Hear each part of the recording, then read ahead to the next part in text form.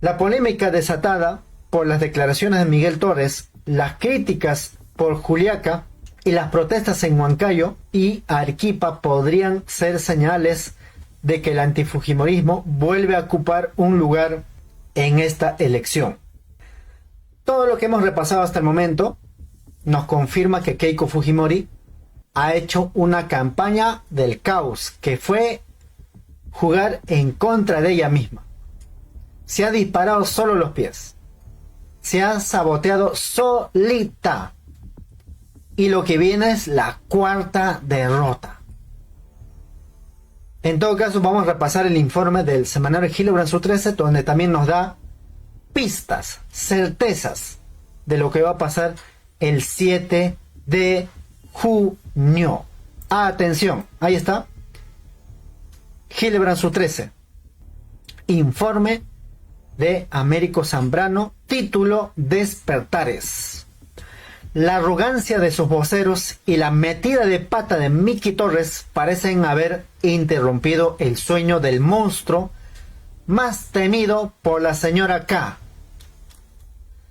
Keiko Fujimori parecía haber encontrado por fin la manera de reducir su antivoto.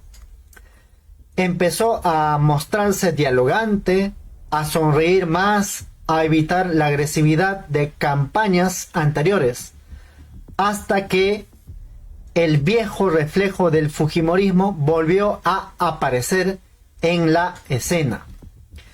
En la segunda vuelta del año 2011, Jorge Treyes, entonces portavoz de Fuerza 2011, intentó justificar las graves violaciones a los derechos humanos cometidos durante el régimen de Alberto Fujimori, con una frase que quedó grabada en la memoria política del país. Dijo: "Nosotros matamos menos. Keiko Fujimori perdió aquella primera elección". 15 años después, cuando el antifujimorismo parecía debilitado y la candidata de Fuerza Popular empezaba a soñar con una victoria cómoda en segunda vuelta, apareció Miguel Torres Morales, el popular Miki Torres. El aspirante a la vicepresidencia de Fuerza Popular aseguró que la caída de Pedro Castillo fue una suma de esfuerzos entre el Congreso, la Fiscalía y la prensa. La frase sonó para sus críticos como la confirmación involuntaria de que el fujimorismo y sus socios políticos del Congreso ayudaron a sacar a Pedro Castillo del poder. Voceros del Partido Naranja señalaron que Miguel Torres quiso reivindicar la caída de Pedro Castillo, pero en los hechos terminó devolviéndole la vida al antifujimorismo. El candidato izquierdista Roberto Sánchez aprovechó el momento y acusó al fujimorismo de haber orquestado un complot político para forzar la salida de Pedro Castillo. Las sospechas de autoritarismo, conspiración y abuso de poder volvieron entonces al centro de la campaña. No fue el único error. El pasado miércoles 20, la hija de Alberto Fujimori aseguró que durante una visita previa a Puno había pedido perdón a los familiares de los civiles asesinados en Juliaca durante las protestas de 9 de enero de 2023. Los deudos la desmintieron casi de inmediato. Keiko Fujimori nunca nos pidió perdón, asegura Raúl Samillán Sanga, presidente de la Asociación de Mártires Víctimas de Juliaca. Su hermano Marco Samillán, de 31 años, murió tras recibir 2 impactos de bala de las fuerzas de la seguridad mientras auxiliaba a heridos durante las manifestaciones. Los familiares de las víctimas además recordaron que durante las protestas contra Dina Boluarte, la bancada fujimorista respaldó la actuación del gobierno, luego bloqueó iniciativas que buscaban investigar las muertes ocurridas en el sur del país y sancionar a los responsables. Pocos días después, otro episodio. Volvió a golpear la campaña naranja. El presidente del Congreso, Fernando Rospigliosi, perdió los papeles cuando un periodista le recordó una antigua declaración de Fernando Rospigliosi, en la que afirmaba que durante el gobierno de Alberto Fujimori, su hija vivía cuerpo de reina con la plata que le daba Montesinos. Rospigliosi en el inicio intentó esquivar la pregunta, luego no pudo controlarse y levantó la voz: «Cállese, señor, estoy respondiendo acá», exclamó mientras alzaba una carpeta frente al reportero. El episodio se viralizó rápidamente en TikTok y otras redes sociales. La tensión alcanzó también el debate técnico de la segunda vuelta. Diversos analistas cuestionaron el desempeño de los representantes de Fuerza Popular, quienes priorizaron los ataques políticos contra Juntos por el Perú, antes de explicar sus propuestas de gobierno. El exministro Luis Carranza, vocero económico de la campaña fujimorista, fue confrontado por Pedro Franque, de Juntos por el Perú, debido a antiguas políticas económicas vinculadas al régimen de Alberto Fujimori. Otros voceros de Fuerza Popular enfrentaron preguntas sobre los antecedentes judiciales de Keiko Fujimori y las contradicciones de sus propuestas. Lo que en el partido se pensaba como un debate técnico sencillo terminó convirtiéndose en otra jugada incómoda para la campaña fujimorista. Según supo, en este caso, este semanario, Hildebrand Su 13, dentro de Fuerza Popular, varios dirigentes calificaron los últimos días como una semana negra. Hasta hace poco daba por descontado que Roberto Sánchez sería un rival fácil de derrotar en el balotaje. Ahora ya no están tan seguros. Las protestas contra Keiko Fujimori en Huancayo llegaron poco después. Desde el lunes 25, grupos de manifestantes empezaron a encontrarse o concentrarse en la Plaza de Armas de Huancayo, de esta ciudad, para expresar su rechazo a la lideresa de Fuerza Popular, quien había arribado a Huancayo como parte de su campaña electoral. Agüita. Al día siguiente, decenas de manifestantes bloquearon el paso de un bus de la orquesta de los hermanos Yaipen, contratada para animar el mitin de Fuerza Popular, y luego irrumpieron en la actividad política para impedir la presentación de la candidata. Los manifestantes prendieron fuego a algunas banderolas naranjas y protagonizaron grescas con simpatizantes fujimoristas. La Policía Nacional utilizó bombas lacrimógenas para dispersarlos. Keiko Fujimori terminó celebrando sus 51 años y dando el mitin programado para la jornada estuvo lejos de parecerse a la demostración multitudinaria de su agrupación había imaginado para el tramo final de la segunda vuelta. Todo ello fracasó. Como en anteriores campañas, el antifujimorismo pareció despertar cuando la señora K volvió a sentirse la dueña y señora del tablero. Keiko Fujimori siempre ha incurrido en errores. En el año 2011 tuvimos el nosotros matamos menos. En el año 2016 apareció un audio manipulado que entregó José Klimper, que finalmente fue en contra de ellos porque era un audio que había sido tergiversado. En el año 2021, durante el debate en Chota, tuvimos a Keiko Fujimori diciendo: he tenido que llegar hasta aquí. Y ahora tenemos a Miguel Torres vanagloriándose de un complot. todo eso le hace daño a Keiko Fujimori porque vuelve a cargar las mochilas, asegura a este semanario el politólogo Paulo Vilca. La politóloga Catherine Segarra coincide: el antifujimorismo se activa y moviliza con los errores de Keiko Fujimori, sostiene. Ese escenario explica buena parte de la estrategia seguida por Fuerza Popular durante la campaña. A diferencia de elecciones anteriores, Keiko Fujimori moderó el tono de sus intervenciones y concentró la vocería en un grupo reducido de dirigentes.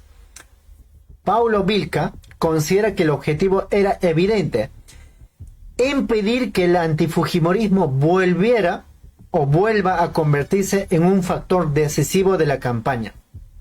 Keiko Fujimori ha intentado que no se active el antifujimorismo. Hasta ahora tuvo una campaña muy controlada. Solamente ella comunicaba. Los otros dos voceros han sido Miguel Torres y Luis Galarreta. Han mantenido controlada a lo que yo llamo la barra brava del fujimorismo, señala en este caso Paulo Vilca. Para el politólogo existe un concepto equivocado sobre el antifujimorismo. Había una idea extendida en el sentido del antifujimorismo como un movimiento bastante activo, cosa que probablemente en cierto modo ocurría, pero normalmente ha sido un fenómeno electoral, explica.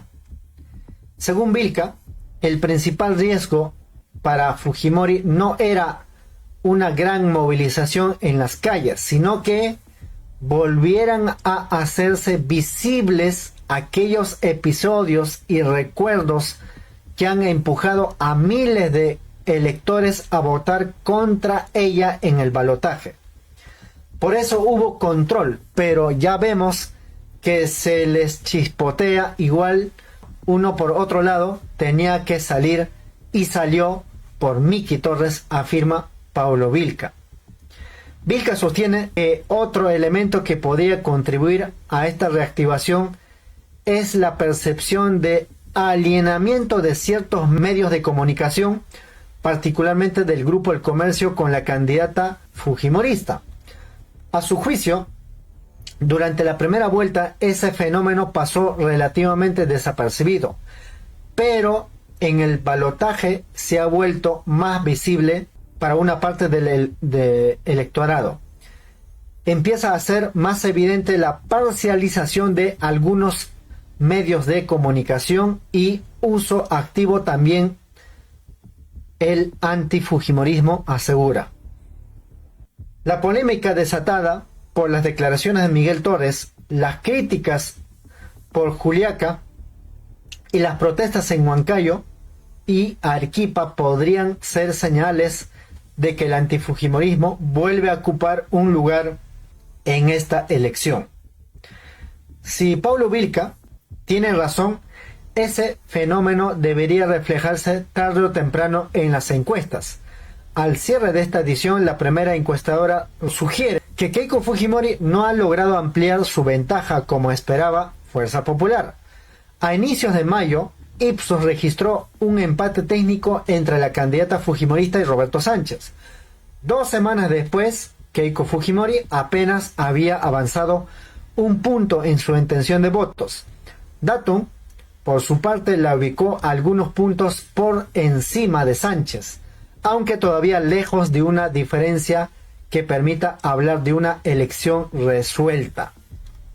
Sin embargo, los sondeos tampoco muestran hasta ahora un crecimiento de Roberto Sánchez.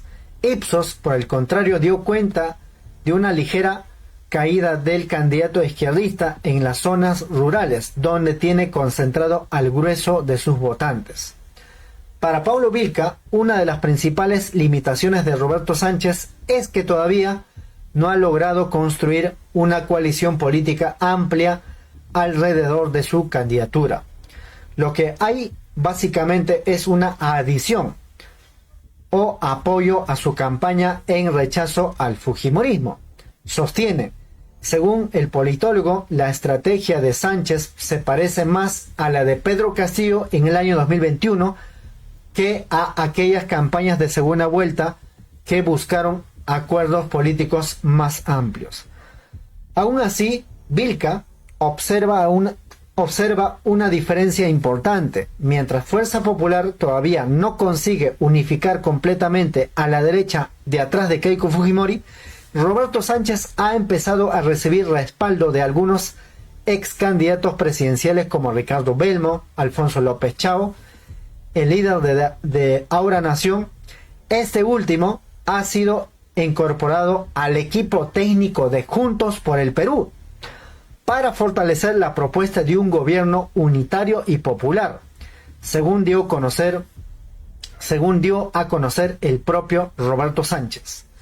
Catherine Segarra cree que esa es una de las razones por las cuales las encuestas siguen mostrando una competencia ajustada. Está claro que hay un estancamiento por parte de Keiko Fujimori y Roberto Sánchez. Comparando las encuestas, los movimientos son mínimos. No existe una tendencia decreciente de Fujimori ni un debilitamiento de Roberto Sánchez, afirma. La politóloga considera que incluso la aparente caída del candidato de Juntos por el Perú debe interpretarse con cautela. Esta caída de Roberto Sánchez no es tan evidente. En Lima está dentro del margen de error. En el interior podemos hablar de una pequeña caída que hay que tomar con pinzas, explica. Para Segarra, la batalla está entre los millones de electores que siguen sin tomar una decisión definitiva. Existe un número importante de personas que decide su voto el mismo día de la elección. Eso cambia todo el panorama, sostiene. Por eso, a una semana de la segunda vuelta, la elección sigue lejos de estar resuelta. Keiko Fujimori, la gran favorita de las élites, mantiene su ventaja, pero no logra ampliar. Roberto Sánchez sigue de atrás, pero tampoco se desploma, según los sondeos posteriores a la primera vuelta. La última encuesta del Instituto de Estudios Peruanos le da a Fujimori 6 puntos de ventaja sobre Roberto Sánchez. Sigue siendo una diferencia frágil para una segunda vuelta. La campaña entra ahora en su recta final. ¿Y qué es lo que está pasando con la señora Keiko Fujimori? Es que todos los intentos por querer cambiar su imagen para proyectar que es una candidata distinta a los años anteriores es todo lo contrario. Todos lo friegan. Vamos a ver qué pasa. Entonces retomamos nuestra tarea ya empeñada hasta ahora. Como saben ustedes, este es el cronograma. Comando Campaña Nacional. Cronograma final. Ya dije al inicio del programa que voy al sur. Voy Cusco, Puno, Arequipa. De Arequipa me regreso rápidamente a Lima para el meeting de la Victoria Popular, que va a ser jueves 4 de junio a las 4 de la tarde. Pero previo a eso, hoy por ejemplo, está en Ayacucho Analí Márquez, Brígida Curo. En Chala va a estar Mercedes Castillo, Jennifer Paredes y José Domingo Pérez. Ese es sábado 30. También en Lima hay actividades que es Marcha Nacional a partir de las 3 de la tarde. Y a las 5 de la tarde hay lanzamiento de Plan Estratégico de Industrialización en Gamarra. Entonces vamos a ver. Después, domingo 31 de mayo, hay un debate, pero a las 10 de la mañana va a haber actividad de campaña en Huancayo. Y de ahí seguramente Roberto Sánchez se regresa al toque, ¿no? Rapidito. De ahí, lunes 1 de junio, en Huaraz, hay actividad de campaña, comitiva completa de plancha presidencial. En Huaraza, atención Huaraz, van a estar ahí. Tengo entendido que Pavel va a estar ahí. Pavel va a estar ahí. Y después, martes 2 de junio, va a estar en la región de Cusco. Actividad de campaña, comitiva completa, plancha presidencial. Yo voy a estar allí, voy a estar ahí. Y también 3 de junio, Puno y Arequipa. Puno va a estar en la mañana, entiendo que va a ser 11 de la mañana. Y en la tarde, en Arequipa. Entiendo, 4, 5, 6 de la tarde o 7 de la noche. Van a estar ahí. Entonces, compatriotas, dije al inicio del programa que voy a ir a Cusco, Arequipa, Puno, mejor dicho, Cusco, Puno, Arequipa, para dar cobertura. Ya tenemos nuestro camarita chiquitito, con esto nomás. Esto lo compramos hace tiempo. Está funcionando todavía. Su batería chiquita, ¿no? Portátil. Tenemos nuestro micro. ¿Qué más? Batería, por si acaso. Y bueno, tenemos que llevar algunos equipitos más volumen. ¿Cuál es la idea, compatriotas? Voy a pedirles